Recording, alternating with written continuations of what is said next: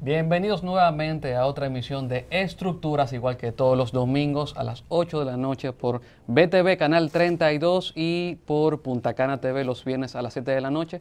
Yo soy Juan Miguel Castillo Roldán, Leila Mejía. Hoy estamos transmitiendo mi hermana y abogados los dos, y yo también soy explotado por ella. Anda, sí, esa es mi difamación de todos los domingos. Hoy estamos celebrando el programa número 10 de Estructuras. Leila, ¿está contenta? muy contenta, sí. Oye, no lo notas. Sí, rebosante de energía y vigor, wow. Sí, relajando, claro, que estoy feliz, claro, y sobre todo que hoy entonces vamos a hacer un programa especial con un tema que nos interesa mucho, no solo a ti, a mí siempre nos ha interesado, sino también sé que una gran parte de la población dominicana tiene preocupación sobre esto que trataremos hoy. Explícale a la gente. Bueno, para celebrar en cierta forma el programa número 10 de Estructuras, tenemos una transmisión especial sobre un solo tema. Normalmente hacemos dos temas, Leila y yo, hacemos unos reportajes sobre un tema y sobre otra cosa que no tiene nada que ver, traemos un invitado. Sin embargo, hoy vamos a tener un solo tema, que es la crisis haitiana, en razón de que todas las personas que ven la prensa, que ven los noticieros, saben que de hace una semana se ha estado hablando de la visita de quien fue el ex jefe, quien es el ex jefe de la MINUSTAH, Edmond Mulet, que estuvo en el país recientemente y estuvo hablando sobre la crisis haitiana y sobre las preocupaciones que tenemos hoy en día en cuanto a la estabilidad de ese país y los posibles efectos que puede tener para República Dominicana. Entonces, nosotros, en primer lugar, tenemos como invitado a José Martínez Brito, quien nos acompaña en el día de hoy para comentar la visita de Edmond Mulet y la crisis haitiana. Bienvenido. Que es comunicador, que es candidato a diputado, ¿verdad? Así ya, es, sí, está inscrito, ya seguro. Por claro, la 2. sí, así es. ¿Y por qué partido? Vamos por la Fuerza Nacional coalición Progresista y la coalición Juntos Podemos. Y tú eres abogado también. Así es. O sea, que tú eres como todólogo, más o menos. Y me toca hacerlo, ¿eh? Me toca Claro. hacerlo. Al final, también como comunicador he tenido que abordar diferentes temas. Este es uno de ellos, con el cual me siento sumamente cómodo porque creo en él, creo en que la República Dominicana debe tomar cartas respecto a crisis que se pueden dar en países vecinos, como el caso de Haití, y que pueden afectarnos de forma directa en la delincuencia, en la economía, en la empleomanía, en absolutamente todos los sectores importantes de la sociedad dominicana. Y pues aquí estamos para hablar de ellos. Así es. Tenemos entonces a Martínez Brito como comentarista invitado. Entonces, Leila y yo hemos preparado algo para ustedes, y es que muchas personas no pudieron ir a conocer personalmente a Edmond Mulet. Incluyéndome. Incluyendo Sí, a Leila, que ir. no pudieron ver su exposición en la Pontificia Universidad Católica Madre y Maestra, donde yo soy profesor también, donde él se tomó más de una hora para hablar sobre su experiencia como jefe de la MINUSTAH en Haití. Y lo que hemos hecho nosotros es preparar para la audiencia. Van a verlo hoy, pero también van a poder verlo en las redes, en YouTube, cuando subamos el material, de un resumen de los principales planteamientos de Edmond Mulet en cuanto a la situación de Haití, vivencias personales de él, cosas que tienen que ver con crímenes horrendos, las pandillas, con las complicidades del gobierno haitiano, sobre la salida de la MINUSTAH y cómo hay una correlación entre esa salida y la situación actual. Y de hecho, nuestro comentarista invitado también estuvo presente en esa intervención. Entonces, hoy tenemos una emisión especial en la que vamos a tomar los principales planteamientos resumidos de Edmond Mulet, y con eso vamos a iniciar la transmisión de hoy. Veamos.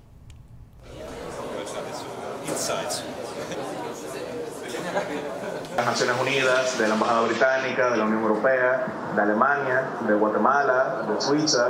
Es un gran honor. También tenemos representación de esta Pontificia Universidad Católica Madre y Maestra, aquí con el decano de la Escuela de Ciencias, Humanidades, como lo es el señor Mariano Rodríguez. A una persona autorizada, porque fue quien dirigió aquella misión de las Naciones Unidas en Haití durante tantos años. El día de hoy nos reunimos aquí para hablar del derecho internacional, pero desde un enfoque más específico que representa una de las mayores preocupaciones que tenemos como Estado Dominicano, que es el de Haití y su desestabilización. Son dos acciones, una urgente, que es una de asistir al tema de la hambruna, del hambre, de la gente que no tiene ni qué comer. Ya van más o menos 4.300.000 personas que no comen una vez al día en Haití. Y eso es terrible.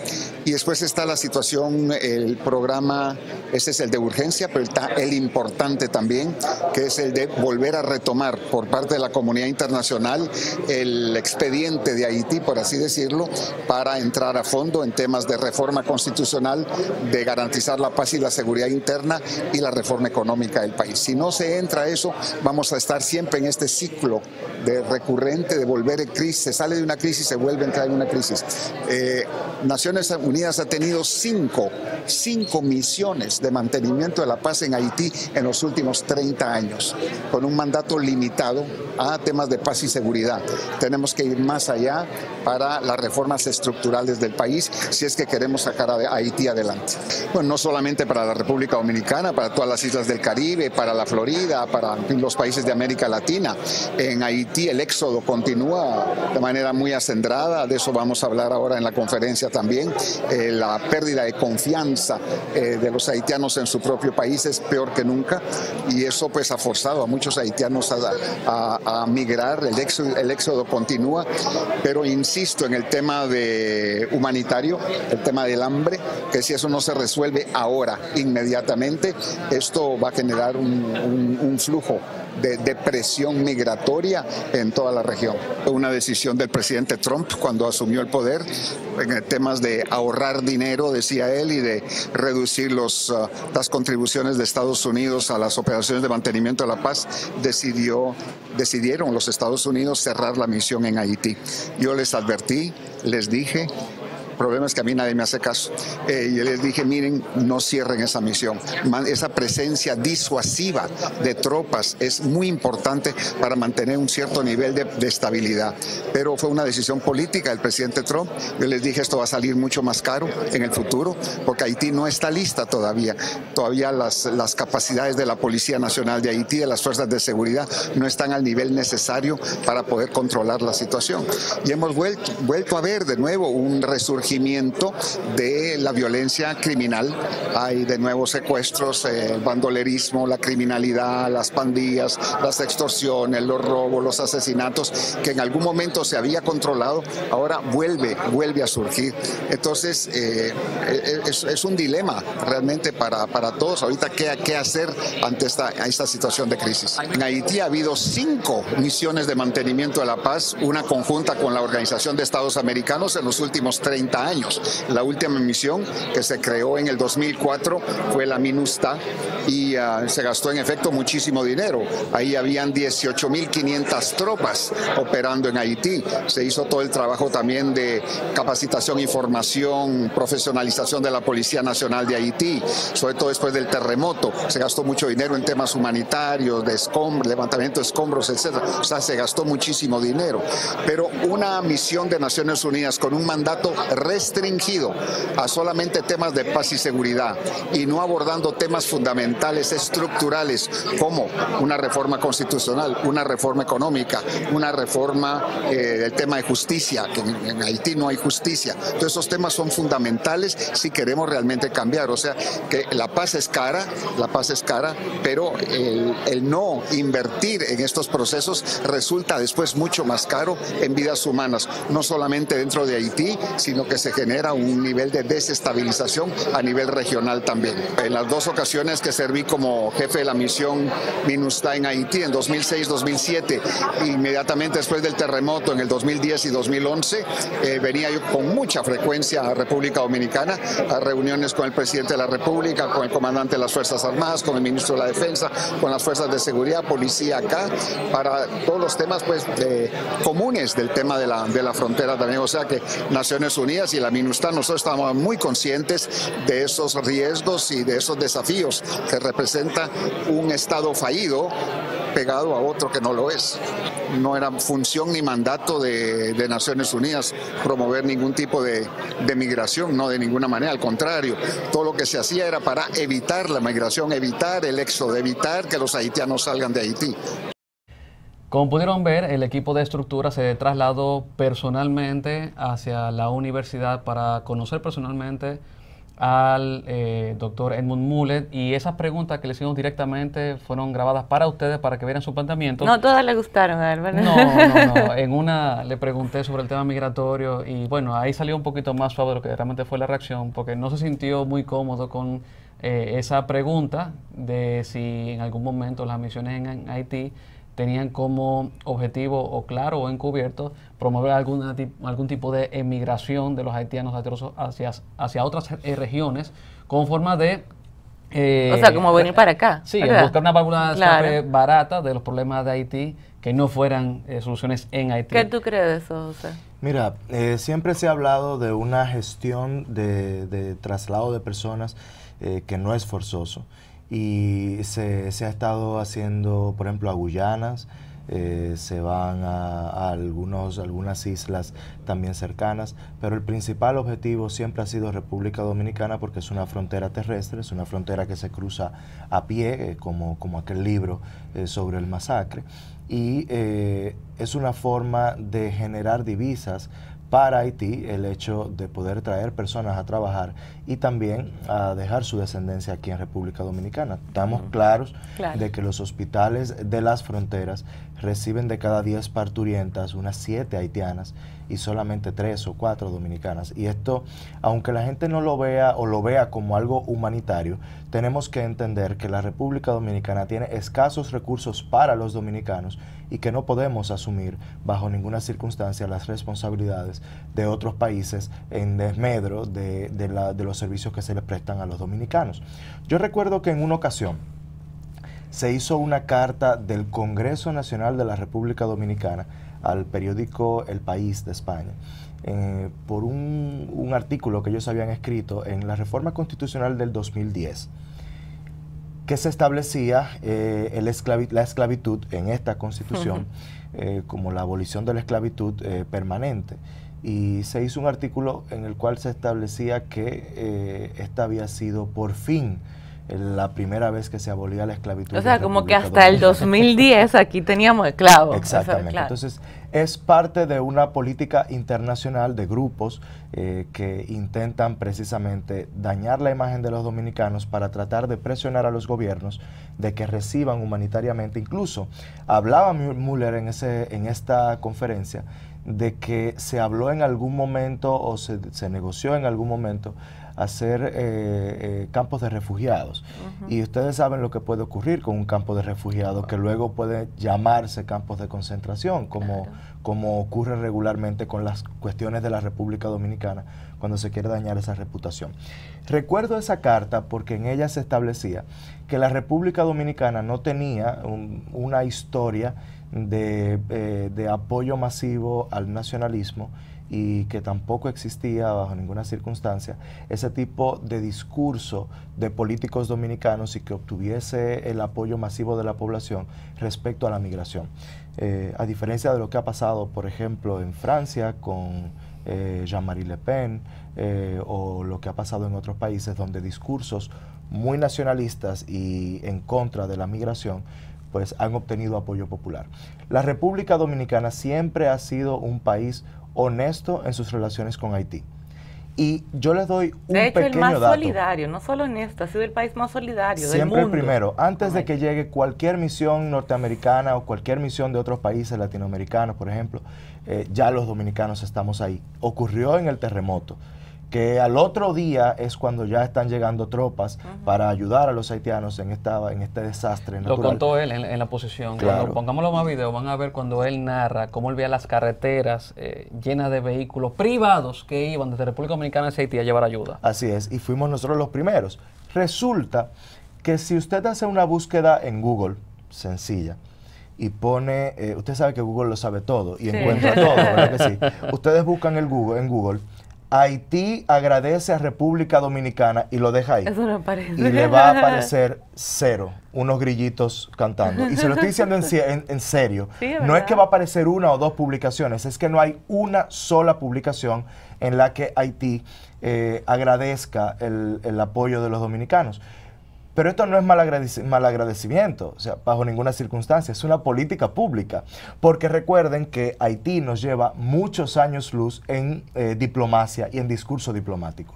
Y siempre su discurso diplomático es y será que Haití necesita una salida, necesita un escape de migración para que sus nacionales puedan obtener recursos que luego envían a Haití. Una solución dominicana. Una solución dominicana a una crisis haitiana que bajo ninguna circunstancia debemos nosotros asumir. Tú hablas sobre el tema de la inmigración, cómo se promueve en Haití, y recuerdo una publicación de el principal medio de prensa de Haití, el Novelista, que ello fue traducido por el doctor Manuel Núñez, quien también fue entrevistado para este programa el día de hoy, que decía que lo ideal era que de Haití emigraran un aproximado de 200.000 a 300.000 haitianos al año como una forma ideal de paliar los problemas de crisis haitiana. Y en cuanto a los partos, esa cifra de los 7 parturientas de cada 10 madres en territorio dominicano, que es un número que varía mucho porque hay algunas partes de la frontera que se eleva a 8 y a 9. Sí, depende de la Más zona. allá de medios de prensa, cuando yo fui abogado de la Defensoría del Pueblo y dirigí el departamento, la Dirección de Tutela de Derechos, hicimos inspecciones que tenían como objetivo evaluar el contenido de los libros registros de nacimiento, de la cual se emiten las constancias de nacimiento, que pueden ser o las normales para hijos de personas dominicanas o hijos de extranjeros residentes, o las rosadas, que van en un libro diferente porque son personas en tránsito y por tanto tienen consecuencias en lo que tiene que ver con el acta de nacimiento y el acceso a la nacionalidad dominicana. Eso es una discusión que vamos a tener más adelante. Ahora, en esas inspecciones vimos que efectivamente, sí, la mayoría de los nacimientos en hospitales públicos se referían a parturientas haitianas, precisamente en condición de tránsito, y en muchas de esas ocasiones ni siquiera había una separación de los libros registros. Eso lo vimos personalmente nosotros, aun cuando del año 2005, con la Ley General de Migración, la Ley 8504, se establece en el artículo 28 el libro de extranjería.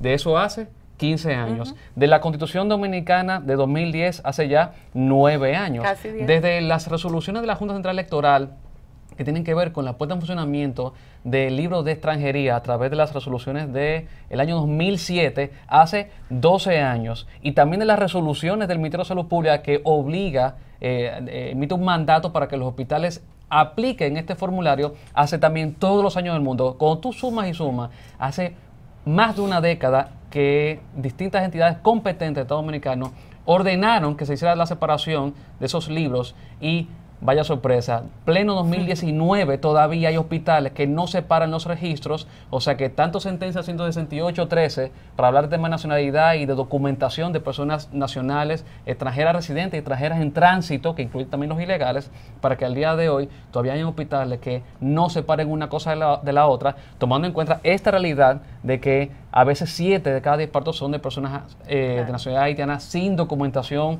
legal de residencia. Tenemos otro material ahora, ¿verdad? Eso es correcto. Tenemos también 2 fragmentos de la exposición que hizo él. Vamos a ponerlo en pantalla para que vean ya cuando él hizo la exposición en la Pucamaima, cuáles fueron las anécdotas que él hizo. Veamos.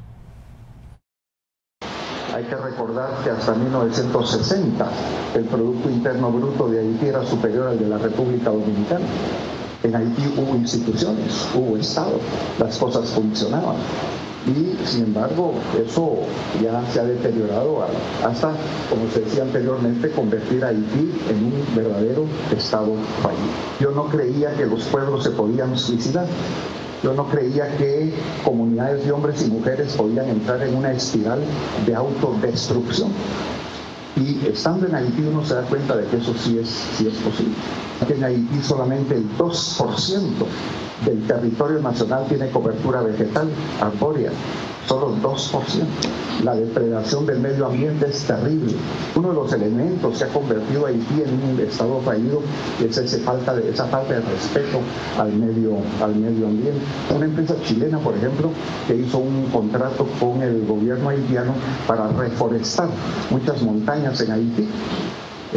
Y empezó a sembrar, invirtió muchísimo dinero, millones de dólares en Haití para reforestar. Y cuando los arbolitos estaban así de este tamaño, empezaba la gente a cortarlos, porque es la única fuente de energía que hay. es la madera y el carbón. Un país que había caído en manos de los bandidos, de las pandillas, lo que llaman en Haití los gangs, controlando totalmente el país. La violencia, la extorsión, el robo, los secuestros, algo realmente terrible. Eran los jefes de los grupos armados que yo tenía que ir a combatir. O sea, los que yo tenía que ir a combatir era la base política del partido del presidente René Pérez. Me mataron a 34 de mis cascos azules en esas operaciones. Porque les quiero decir que esa era una guerra urbana. Era con AK-47, con bazucas, con granadas, con bombas molotov. Porque el cuerpo del niño le habían abierto todas las entrañas con todos los órganos de fuera y un rótulo encima de su cabeza que decía por colaborador, por haber aceptado ayuda, comida, agua de un soldado de Naciones Unidas. Si ellos veían que en una casa, una familia, una persona nos sonreía y Dios guarde, nos hablaba, nos dirigía la palabra, cuando ya salía nuestra patrulla, nuestra inspección en el lugar, sacaban de la choza, de la casa, al abuelo, a la abuela, a la mamá, al papá, a los hijos, a todos alineados ahí enfrente y los fusilaban a todos, para que toda la demás población viera que se pagaba con la vida cualquier tipo de colaboración o de apreciación al trabajo que nosotros estábamos haciendo. Bueno, vamos a comentar esto y un poco más. Tenemos más material preparado para ustedes, aparte de que tenemos a nuestra invitada aquí, José Martínez Brito, pero antes vamos a hacer una breve pausa comercial y cuando regresemos continuamos en Estructuras.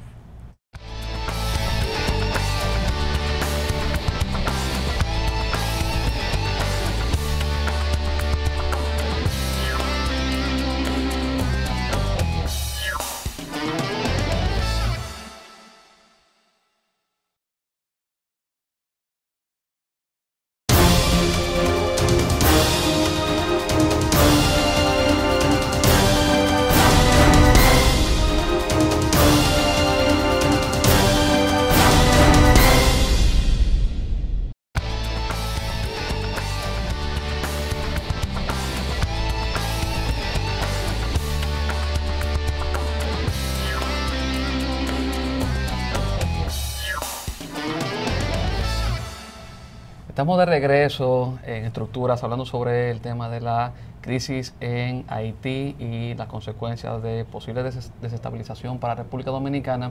Veamos algunos planteamientos de Edmund Muller, quien fue ex jefe, quien fue jefe de la MINUSTAH en Haití.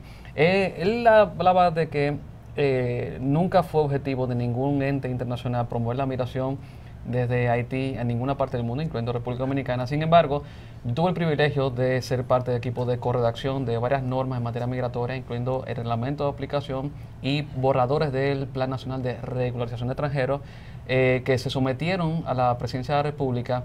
Y como parte de esas reuniones de redacción, puedo narrar con toda certeza, porque también hubo más juristas que fueron parte de esos equipos que pueden verificar lo que yo estoy diciendo, de que muchos miembros de esos organismos internacionales, incluyendo ACNUR, PNUD, OIM, todos promovían la flexibilización excesiva de los requisitos para regularizar la permanencia de extranjeros ilegales y en el ejercicio de controles de documentación e identidad. Incluso recomendaban que ni siquiera se solicitaran pasaportes ni documentos de identidad, o sea, que se regularizara sin verificar quién es la persona. Por tanto, a veces no hay que promover las fronteras abiertas de la migración para tú ejercer una presión en la política de Estado de un país, lo que tiene que ver con la recepción de inmigrantes. A veces hay mecanismos más sutiles, como el que yo estoy diciendo en este momento. Entonces, yo quisiera saber, Brito, ¿cómo tú ves el panorama, tomando en cuenta esa realidad Martínez Brito, siempre te vuela el apellido de su papá. Ay, yo dije que mi madre yo creo que paga algún tipo de cuña. Lo que es claro, porque siempre es el apellido de mi mamá. No le va a dar like al video en YouTube. Martínez Brito. La gente no sabe que ese tipo de criminalidad existe en Haití. La gente no sabe que hay ese tipo de guerra urbana con AK-47 y bombas Molotov, como dijo Muller. Así es. ¿Qué opinión te merece en cuanto a lo que representa en seguridad nacional para nosotros? Mira, lo primero es que recordemos que en Haití hay que pagar sobornos para que Haití reciba ayudas. Empezando por ahí. ¿Cómo así? Explícate. Tú puedes querer llevar ayudas a Haití, pero de hecho, esto fue parte de la conferencia de Muller en ese día, en la Pucamaima, y él establecía que era insólito que llegaban las ayudas, pero el gobierno no las recibía, y que había que pagar sobornos para que recibieran esas ayudas. Incluso él hacía una anécdota respecto al presidente cuando él se fue de la MINUSTAH la primera vez, que luego cuando regresó también era el mismo presidente, y cómo hubo un cambio, porque él llegó luego del terremoto en el cual murió el jefe de la misión de la MINUSTAH, y él fue repuesto en esa posición. Entonces recordemos que Haití es un estado fallido no porque lo digamos nosotros, no porque la opinión pública así lo desee. Es un estado fallido porque los gobiernos tienen la imposibilidad de controlar a la población. No, es inviable, la institucionalidad Claro, es ficción. No existe claro. ni siquiera el registro efectivo de personas en sus nacimientos. O sea, recordemos que Haití es un país donde una persona nace y no tiene absolutamente ningún documento que registre ese nacimiento.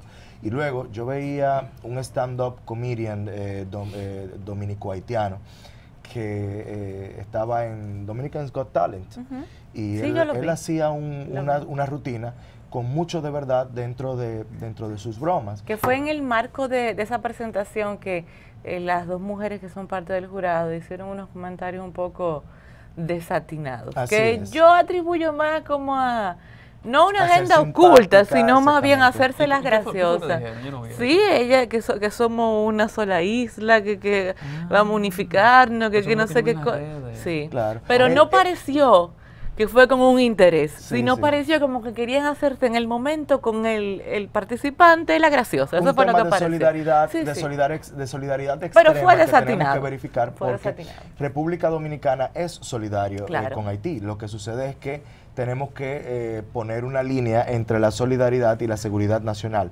Pues resulta que ese comediante con muchísimo talento hablaba de que, bueno, mi nombre es tan. Y luego te decía, pero en español se dice Miguel. Y esto ha resultado para República Dominicana incluso problemas con el derecho internacional. Recordemos que República Dominicana, habiendo firmado los estatutos y la Carta de los Derechos Humanos, asumió también la jurisdicción de la Corte Interamericana de Derechos Humanos y de la Comisión Interamericana de Derechos Humanos, que fue luego revocada por las autoridades dominicanas, aún en perjuicio de principios fundamentales del derecho internacional que establecen que luego de que tú has tomado como buena y válida la jurisprudencia de la Corte Interamericana de la Corte Interamericana de Derechos Humanos, no puedes rechazar la competencia de la Corte. Pero ¿por qué la rechazamos? Porque en su momento fuimos condenados por la Corte Interamericana de Derechos Humanos por supuestamente haberle retirado de forma irregular la nacionalidad a un grupo de nacionales. Sí. Y recordamos esa funesta entrevista a esa joven y a ese joven que entrevistaron públicamente, que ni siquiera podían hablar español. Exacto. Y que establecían que eran dominicanos. Era Jan y Bosico, es el caso, ¿verdad? No, Jan y Bosico eran dos menores. El William Medina Ferrera. Exactamente, un supuesto dominicano que ni siquiera podía hablar bien el español. Pero que la Junta fue y habló con la supuesta familia, dijeron, pero eso no es familiar de nosotros, es un hermano de nosotros. Que se verificó que él no era realmente el número 13 de 13 hermanos, que esos hermanos eran 12 y que no existía ese 13 hermanos y que no existía ningún lazo de consanguinidad con ninguno de esos hermanos tampoco. Sin embargo, fuimos condenados por la Corte Interamericana de Derechos Humanos para que se le diera otra vez la nacionalidad a esa persona que se le había retirado en base a esa sentencia que establecía que como sus padres habían estado en un estado de tránsito cuando él fue declarado, a él no le correspondía la nacionalidad. Entonces ya estamos afectando, además de la seguridad nacional, otros aspectos de la vida cotidiana, de incluso el Estado de Derecho de la República Dominicana. Vámonos entonces a la delincuencia. Recordemos que como es un país que no tiene absolutamente ningún tipo de control de natalidad ni de control de registros de nacimiento, cualquier persona es hoy Ramón, mañana es Alberto. Y cuando viene a ver hasta Rosa, sin ningún tipo de problemas. Y esto ocurre no solamente con la gente seria que viene a trabajar, ocurre también con los delincuentes. Claro, y por eso no aparecen después, por eso todavía no han podido apresar al que le hizo el daño a la niña Cielo. Así es. Y todavía él presuntamente la amenaza. Además, por WhatsApp y redes, al menos eso dijo la familia de ella. Y recordemos que en el terremoto se escaparon una cantidad exorbitante de presos de la cárcel que nunca volvieron a ella. y que la vía más fácil de ellos escabullirse de la justicia inhumana, porque bien lo establecía Müller también, que no hay justicia en Haití, era cruzando la frontera. Claro. Hay lugares donde se puede establecer incluso, de hecho, ustedes han oído todos a Pelegrín Castillo y a Vinicito Castillo Semán, que han hablado de la construcción de un muro. El muro no necesariamente es un muro físico, como se ha querido establecer, porque en algunos lugares es hasta innecesario. Claro. Aquel que logre cruzar la frontera por algunos lugares de la República Dominicana en frontera con Haití, yo creo que hasta en premio, contratarlo para el equipo nacional de alpinismo. Quizás no un gran muro como una muralla, pero quizás muros. Claro, en puertas. puntos específicos donde la frontera es más porosa. Claro, porque déjame decirte algo. Yo recuerdo como ahora aquel momento en el que yo mostré en televisión, en Telenoticias precisamente, un video que yo obtuve por vía de una investigación periodística que luego no le dieron mucha importancia y más tarde cobró vida. Y era una cámara de mucha calidad con muchos píxeles y se verificaba que cada haitiano pagaba 100 pesos por cruzar por debajo de una barda por la frontera en un puesto de Pedernales. Y estos 100 pesos era lo que costaba la soberanía en la República Dominicana. Pero ¿qué sucede?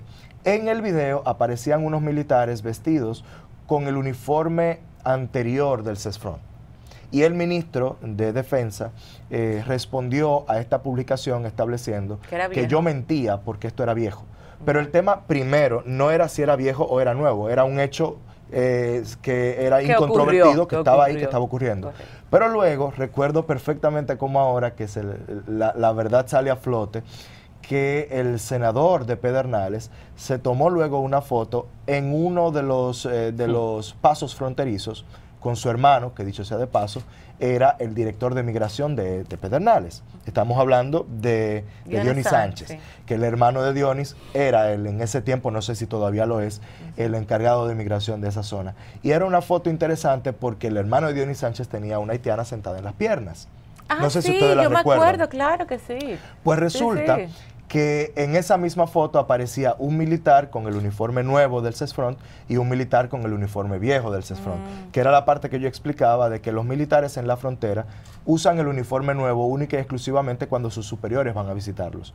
El uniforme del día a día es otro. Pero esto es lo que vivimos todos los días en la frontera, sin ningún tipo de control. Estas personas pasan pagando una suma pírrica de dinero, incluso también pasa en los mercados binacionales, donde tampoco existe control, y por ahí el tráfico de estupefacientes, de armas, de todo, de absolutamente todo, de alimentos, y hasta trata de de personas, porque pues no solamente migración ilegal y tráfico de sustancias ilícitas, de armas de fuego, sino la trata de personas para fines de explotación, especialmente la explotación sexual. Pero es que no solamente para este fin, o sea, es que la mayoría de las parturientas que llegan a República Dominicana son parte de la trata de personas, porque recordemos que la trata de personas no tiene que ver absolutamente con tu anuencia o no para cruzar. Es el negocio de llevar personas de un lugar a otro de manera ilícita. Y hay tours que salen desde pueblos de Haití en guaguas que los traen hasta la frontera y de ahí los llevan directamente a las parturientas a los hospitales. Esto es trata de personas también. Sí, por suerte, en términos estrictamente jurídicos, el Estado Dominicano cuenta con normativa de derecho internacional que tienen que ver con trata y con tráfico, y también tenemos una ley especial, que es la ley 137-03, que es la ley de trata y tráfico, y establecen las sanciones para eso. Es un delito de naturaleza transnacional que implica que, por un lado, la trata de personas como la forma de ejercer una coacción o un engaño a una persona con o sin su consentimiento, puede ser también por la fuerza, para trasladarla de un país a otro para hacer algún tipo de explotación que va desde la explotación sexual hasta comercializar sus órganos. Y la comercialización económica. Del tráfico, sí, esclavitud también está incluido literalmente en las normas. Y el tráfico, por otro lado, que también es un ilícito que puede ser concurrente con la trata de personas, tiene que ver con las personas que organizan, patrocinan o financian esos viajes que no son para explotación, que también es un delito. Esas personas que agarran y meten en un Hyundai Sonata a 20 personas que le pagan para ir por la frontera, eso es tráfico ilícito de migrantes. Sonata? Porque yo tengo algo contra los Sonatas. ¿Ustedes recuerdan el video aquel del cónsul en Haití? que llevaba en su jipeta una cantidad también de exorbitantes de haitianos, Claro. y que luego fue repuesto como cónsul en Haití. Sí, claro que sí. En Yola, la persona que ustedes ven en Yola en la noticia toda la semana, el que organiza eso en la Yola para llevarse personas de aquí a Puerto Rico o a cualquier sitio, esa persona que lo organiza el viaje es un delincuente, Claro, se llama tipifica el traficante de tipifica el migrantes. Y tráfico. si encima de eso va a explotarlo sexualmente o cualquier tipo de explotación, también es un delito aparte y puede ser concurrente. Vamos a presentar otro material, Sí, ¿verdad? vamos a seguir para que nos dé para que las tiempo. personas puedan ver la exposición de Edmund Mulet. Veamos la segunda parte de su exposición. Lo que más me impresionó a mí es cuando yo llegué a Puerto Príncipe, cuando yo llegué a las 2 de la tarde, el día siguiente del terremoto, ya había estado el presidente de la República Dominicana, ya había estado en Puerto Príncipe, el presidente Leonel Fernández ya había llegado. Y en la carretera, atravesando la frontera hacia Puerto Príncipe, no era tanto la ayuda oficial dominicana que había camiones del ejército llevando, era sobre todo los ciudadanos dominicanos privados en sus carros, en sus pick-ups, llevando agua, que jugos, que azúcar, que pan, ¿verdad? Una fila increíble, pero durante varias semanas de esa ayuda voluntaria dominicana y una solidaridad extraordinaria hacia Haití, y fue de las cosas que a mí más me impresionó. Entonces, esta crisis electoral, constitucional, se ha convertido en una crisis energética, en una crisis económica, financiera, pues desde que terminó el subsidio a través de Petrocaribe, ya terminó pues también una ayuda importante de la cual se mantenía pues Haití, una posible guerra civil en Haití o una revuelta popular de profundas consecuencias, no solamente para Haití, para la República Dominicana, para la Florida, para todas las islas del Caribe y para todos los países de la región. Pero 70,000 en 2 meses, 70,000 haitianos con visa B1 y B2 turística de Estados Unidos nunca regresaron a Haití, cuando deberían haber regresado. Al día de hoy hay 140,000 haitianos en el Brasil, hay 80,000 en la Argentina y 200,000 en Chile, por no mencionar en muchos otros países pues, de la región.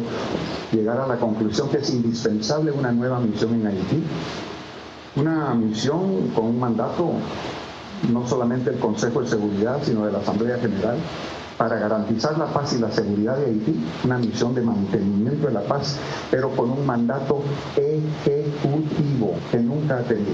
Esas 5 misiones que Naciones Unidas ha tenido en Haití, ha tenido un mandato muy limitado, de buenos oficios, de allá, derechos humanos, sobre todo de paz y seguridad, pero nada más. Creo que tenemos que ir mucho más lejos en el futuro si queremos romper ese ciclo recurrente del cual nunca salimos, Esa sería, si se llega a crear, una 6ª misión de mantenimiento de la paz en Haití, pero esa 6ª misión debiera tener un mandato distinto y diferente, no solamente en temas de paz y seguridad, sino de la reforma constitucional y la reforma del sistema político en Haití. Yo quisiera saber, dentro del marco del derecho internacional, cómo es posible un mandato ejecutivo sin contradecir los límites, los márgenes, sin sobrepasar los márgenes jurídicos de la propia Carta de Naciones Unidas. Esa es la pregunta. Y ahora, una sugerencia. En el pasado había una figura jurídica que se utilizaba, pero bilateralmente, eran los protectorados. Vamos a hacer otra pausa cuando regresemos mucho más de este tema aquí en Estructuras.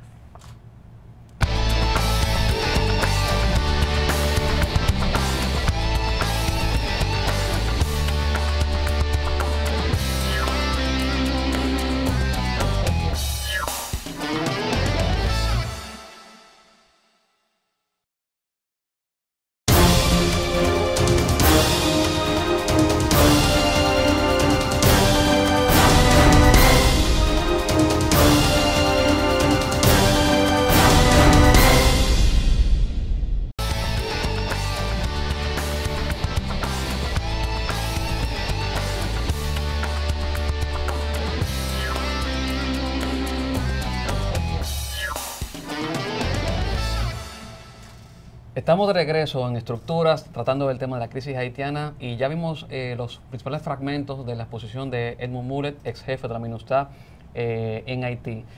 Vimos que hubo 5 misiones de paz en Haití, más de $7,000 millones gastados, con resultados muy cuestionables. Y él propone una sexta misión, pero con un concepto diferente. Ejecutiva, lo cual también implica ciertos obstáculos en términos de los mandatos de la Carta de las Naciones Unidas y el jus cogens en cuanto a la imposibilidad de ejercicio de la intervención de un Estado sobre otro por temas de soberanía y de jurisdicción interna de los estados y autodeterminación de los pueblos. Sin embargo, el tema del consentimiento del Estado ahí tiene otro matiz, porque para tener consentimiento tiene que haber un Estado que pueda darlo y para eso requiere cierto orden institucional que no hay en Haití. Y Haití es un Estado fallido. Entonces, vamos a ver, para seguir comentando el material que hemos preparado para ustedes, unas entrevistas que hemos llevado con expertos en la materia, doctor Manuel Núñez, historiador, y la doctora Cristina Aguiar, también doctora en Derecho, experta en Derecho Internacional Público y quien fue también embajadora de las Naciones Unidas, quienes explican la situación de Haití y posibles soluciones. Veamos.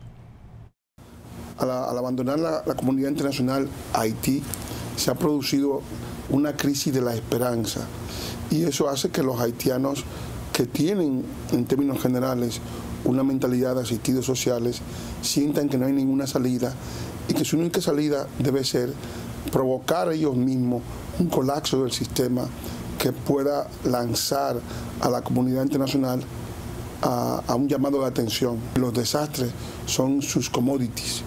Y esos commodities tienen que buscarlo con una guerra civil que pueda ser un llamado a la conciencia de esa comunidad internacional. MINUSTAH no rindió los resultados que estábamos esperando, pero eso viene también en parte por la reticencia de las propias autoridades haitianas. Entonces aquí tendría que haber como una especie de cuarteto, como se propuso para Israel y Palestina, para facilitar supuestamente el diálogo de paz en esa región del mundo, 4 potencias que tengan mucho peso y que puedan entonces apadrinar un poco esa nueva medida y que las autoridades haitianas no tengan ninguna alternativa más que aceptar ese plan, que sería un plan de saneamiento de su propio Estado, de sus propias instituciones, a fin de garantizarle a la población un mínimo de derechos fundamentales. El problema es que una misión de mantenimiento de la paz que se extiende durante 20 años cuesta mucho dinero. Sin embargo, para los resultados es realmente una verdadera catástrofe, porque ellos no dejaron en Haití ni hospitales, ni escuelas, ni ningún tipo de infraestructura donde uno pudiera medir y cuantificar el esfuerzo hecho por la comunidad internacional. Entonces, a mi modo de ver las cosas, eso no valió la pena. Todas las misiones se hacen de manera temporal. Los haitianos han creído que esas misiones temporales deben ser permanentes porque ellos no han desarrollado ningún tipo de mecanismo para saber qué hacer después que la comunidad internacional se ausente del país. Tras el fallecimiento en el terremoto de más de 200.000 haitianos, en ese momento el mundo estaba centrado en Haití, pero una vez pasado el acontecimiento, pues evidentemente hay más problemas. Hay guerra en Siria, hay guerra en Sudán, hay guerra en Etiopía, hay problemas en toda África, hay problemas en Asia. Haití es uno de los tantos problemas del mundo y no puede ser el que concentre toda la atención del mundo todo el tiempo, sobre todo cuando el gobierno haitiano, que es un gobierno que existe, es un Estado que existe a nivel formal, no hace ningún esfuerzo para darle una satisfacción y una continuidad a los programas que la comunidad internacional implementa en Haití para salvar a Haití. José Martínez Brito nos acompaña hoy como comentarista invitado. José, ¿vale la pena intentar una nueva misión de mantenimiento de la paz en Haití, tomando en cuenta el dinero gastado y los resultados de las deficientes? Claro, anteriores. Mira, ahí bien establecían los expertos que era muy difícil medir cuál había sido el impacto de las misiones anteriores en Haití. Y lo decía Müller también, que estas misiones habían tenido las manos atadas respecto a ciertos aspectos y que solamente con seguridad o con el intento de mantenimiento de la seguridad en Haití no se podían lograr ciertos logros que, valga la redundancia, que se necesitan para convertir a Haití en un estado viable. Y pues sigue siendo un estado fallido. Decían los especialistas que necesitaríamos obligatoriamente que Haití como Estado acepte una misión que vaya un poco más invasiva, un poco más al meollo de los problemas nacionales. Y yo creo que uno de esos problemas principalmente es la corrupción. y ningún país corrupto quiere que otros vengan a meter las narices en estos actos de corrupción. De hecho, pasa también en República Dominicana con algunas instituciones que nadie quiere que vayan a ver, a oler lo que aquí está sucediendo. Las protestas que están ocurriendo al día de hoy en Haití tienen mucho que ver con eso y con el tema de los fondos de Petrocaribe, la participación de Jovenel Moïse en una empresa de aquellas que aparecen en la auditoría como que manejó de manera irregular esos fondos. O sea, tiene mucho que ver con corrupción. ¿Hasta dónde tú crees que llegue eso? Porque la verdad, este nivel de crisis en Haití parecería no tener precedentes y algunos organismos internacionales así lo han dicho, como el caso del Fondo Monetario Internacional. Lo que pasa es que yo creo que se está tocando fondo, pero Haití ha tocado fondo en varias ocasiones. Claro. Recordemos que Haití, cuando salió de la dictadura, tocó fondo y se pensó que con la ida al poder de líderes, entre comillas, democráticos, estos iban a solucionar el asunto. Pero luego terminaban convirtiéndose en caudillos porque es la única forma de gobernar en Haití. Termina cayendo un gobierno y entra otro, ese otro vuelve con la misma situación y cae. Haití, recordemos que ha tenido tantos presidentes como podamos imaginar en los últimos 20 años. Y la mayoría de ellos ha caído por golpes de Estado, no necesariamente por nuevas elecciones democráticas.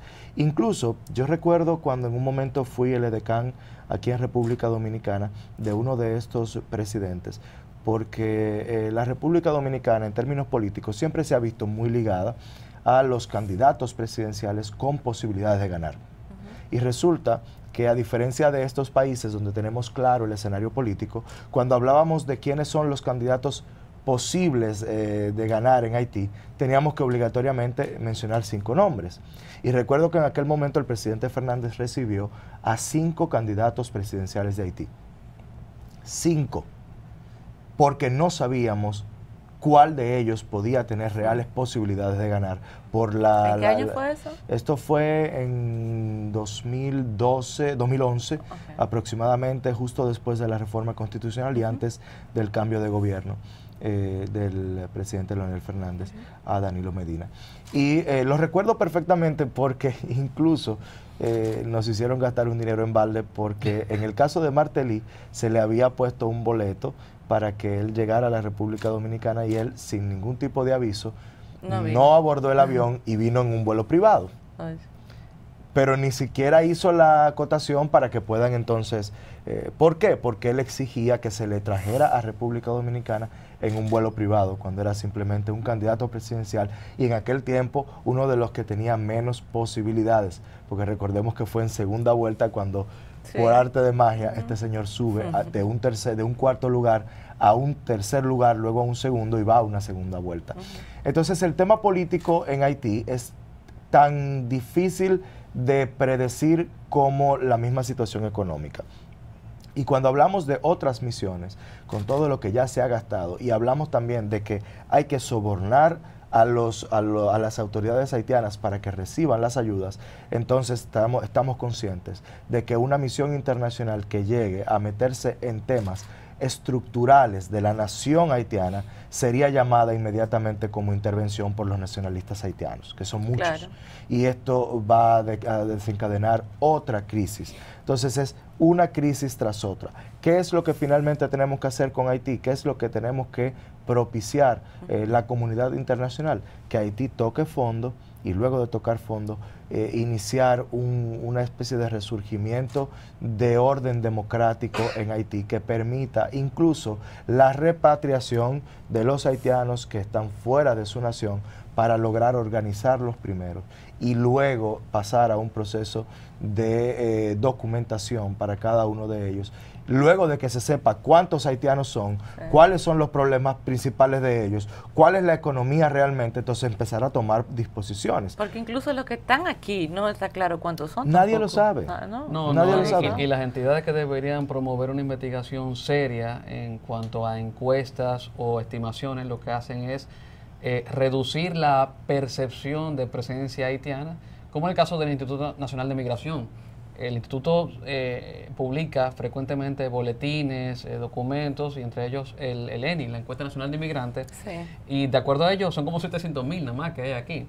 O sea, estamos hablando de que hay cifras de 200.000. En Chile lejísimo, pero aquí ellos separan la cifra y dicen, bueno, porque una parte son los extranjeros y otra parte son los hijos de inmigrantes, cuando también son extranjeros. Pero esa no es la misma institución que estaba firmando en estos días una convención muy extraña. Sí, que lo que principalmente sobre el tema de los refugiados. Sí, pero que ellos desde que designaron al actual titular, lo que ha hecho es una labor. El instituto es una entidad técnica, que supone que tiene que hacer la colaboración en materia de política del Estado, que tiene que ver con manejo de la inmigración, tiene que colaborar desde el punto de vista técnico para dotar de herramientas jurídicas, técnicas, teóricas, el manejo de la política migratoria. Sin embargo, lo que hacen ellos es adoctrinar. Hacen muchas conferencias para tratar de manipular la percepción de los migrantes hacia una visión ideológica liberal de que todas las migraciones son lo mejor que le pasan a todos los países. O sea, que se comportan como las ONG que son financiadas por la USAID. Y no solamente eso, recuerden también que hay mucho de comparación para llegar al corazón de los dominicanos, de que mira la migración dominicana en Estados Unidos, somos muchos, en Europa, por ejemplo, y somos muchos también, y nadie nos saca. Eso es mentira. Claro que lo hacen. El dominicano cuando se va a Estados Unidos tiene que regularizarse. Si no se regulariza, es deportado a la República Dominicana. Pero tampoco podemos comparar una nación como los Estados Unidos o como España o como Italia con la República Dominicana, porque son países que funcionan. Pero que en términos numéricos... Miren, para que nos dé el tiempo, vamos a pedir el último material. Pero antes del material, la cantidad de deportados nuestros de República Dominicana hacia Haití superan los 50 y los 60.000 al año. ¿Sabes cuántos deportados dominicanos recibimos nosotros todos los años? Menos de 6.000, porque la migración dominicana suele ser con más frecuencia regular, a diferencia de la haitiana, y eso hay que decirlo. Vamos a pedir el último material que tenemos para el día de hoy para continuar los comentarios con nuestro invitado especial. El peor escenario es el que estamos viendo, que es la desnacionalización de la República Dominicana. Nosotros estamos metiendo la cabeza en la arena como el avestruz y no queremos ver que la República Dominicana ya en estos momentos se ha desnacionalizado el empleo de la agricultura, el empleo de la construcción, el empleo de los servicios, el empleo del turismo. Hay una cantidad de recursos nuestros, de la gente más pobre de nuestro país, que se está invirtiendo en la salud de los haitianos, porque estamos importando enfermedades del país más insalubre del continente. Hay una situación difícil porque las escuelas dominicanas están siendo penetradas masivamente por los niños haitianos. Hay una presión internacional porque todo lo que es la niñez dominicana ha sido desplazada de los hogares infantiles. No me puedo imaginar que nuestras autoridades estén ignorando la gravedad de la situación, pero probablemente no tienen las estrategias, no las han diseñado y no se sienten lo suficiente armados para hacerle frente a esa situación. Cuando yo hablo de armas, no hablo de armas de fuego ni de armas tácticas, sino de los mecanismos para hacerle frente a ese desbordamiento que parece casi inminente. Yo creo que los actores políticos dominicanos han sido chantajeados por las ONGs, han sido chantajeados por personajes de la prensa nacional que han secuestrado el tema haitiano y que lo han manipulado a su manera, tratando de sembrar estereotipos contra las personas que hemos defendido los intereses de la República Dominicana. Llama mucho la atención de que, estando República Dominicana en el Consejo de Seguridad, República Dominicana no haya solicitado una reunión de emergencia del Consejo por la situación haitiana, por la simple razón de que Haití, en su estado actual, es una amenaza para la paz y la seguridad internacionales, porque una crisis no afectará solamente a la República Dominicana. Claro, nosotros seríamos los primeros por compartir un territorio terrestre, pero también se verían afectadas todas las islas circundantes. Haití no es un problema interno de República Dominicana y el problema haitiano debe resolverlo primariamente los haitianos y luego pues la comunidad internacional en la medida de sus posibilidades y la medida en que los haitianos permitan, porque también ellos son un factor de obstrucción de la ayuda al desarrollo y de la ayuda a que su país pueda salir del atolladero. Ellos se victimizan y a través de esa victimización quieren culpabilizar a los demás de su desastre. Había un grupo de estados que decían que solamente con la anuencia del Estado podría intervenir una operación de Naciones Unidas justamente con ese motivo de la responsabilidad de proteger. Yo creo que aquí esa es la pregunta que hay que responder. Es imposible que se espere el consentimiento de alguien que está en una situación de incapacidad de expresar ese consentimiento de forma esclarecida para poder actuar. La situación es muy compleja, pero para nosotros es difícil defender una intervención porque a nosotros mismos no nos gusta que otros países y organismos promuevan la intervención en nuestras políticas migratorias de nacionalidad. Por tanto, el problema es muy complejo. Leila. Ya acabamos, el tiempo se nos acabó, lamentablemente. Te prometí segundo. Sí, José, gracias por estar gracias con a ustedes nosotros. por la invitación. Al fin y al cabo, este es un tema que siempre estará en la palestra y siempre estaremos discutiendo porque al fin y al cabo en algo tienen razón los organismos internacionales y es que República Dominicana y Haití tienen un matrimonio de por vida. Sí, es así. Después hablaremos de tu campaña, entonces, de tu candidatura y tus propuestas. Así que te queda la cita pendiente. Gracias por estar con nosotros. Ustedes, gracias por la sintonía esta noche en Estructuras. Recuerde buscarnos en nuestras redes, que tenemos YouTube ya. Gracias a Juanmita. Para que no diga que yo no te agradezco. Sí, finalmente, algo de reconocimiento. Programa número 10. Programa número 10 y véanos también en el programa 11 la semana próxima aquí por BTV Canal 32.